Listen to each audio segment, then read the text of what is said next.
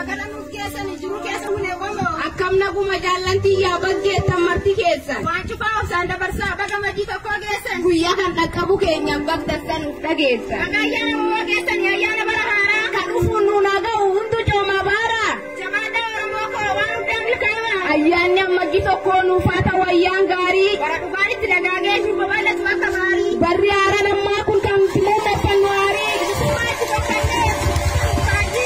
barkan sitti amanne ati nuuf ta'i bargaarii guyyaana majii tokko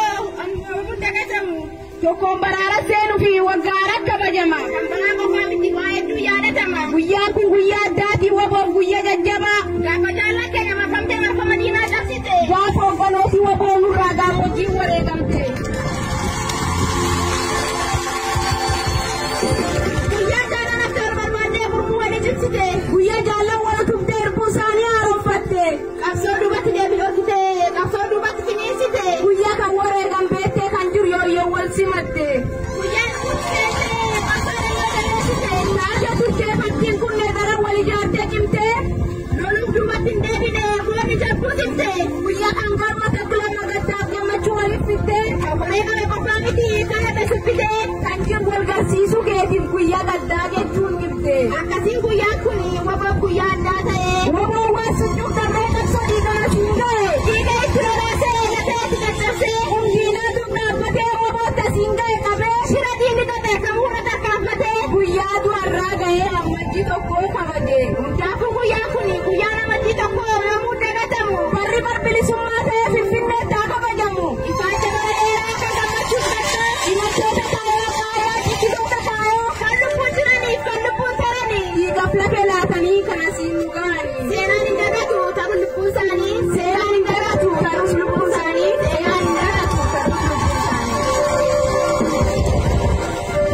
haalaan lubbuun akkan dubbii malee imala kufanii beela haalee rochaa qabsoo nu ga'anii umurii ijoollummaa qabsoo irra fidanii bilisummaa ta'uu galanni isaanii fardaa fi gammoojjii imala deemsa dheeraa aduun qorra hin jennee kassamaaf ta'u maarsaa seenaa bara baraa jaallan keenya faarsaa kurree isaanii fuunee irri malaa jirra gurmuu walii tiksaa yoom shakkitee karaa aarsa nu gaafatu bakkundaan kaffaraa wanti kaayoo qabsaa'u iddoolee injifannoo wal argaa waboon erga manaa ba'ee duubatti hin deebine takkaa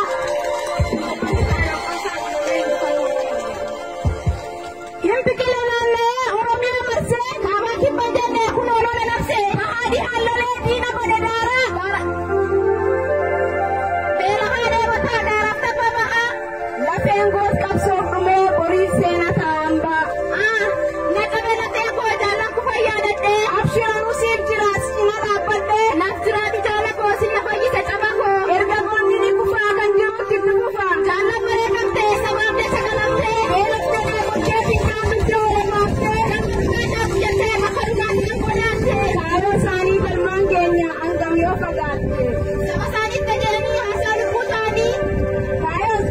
jira taatee du'aan boodas wayyoo fiigiin kabajamu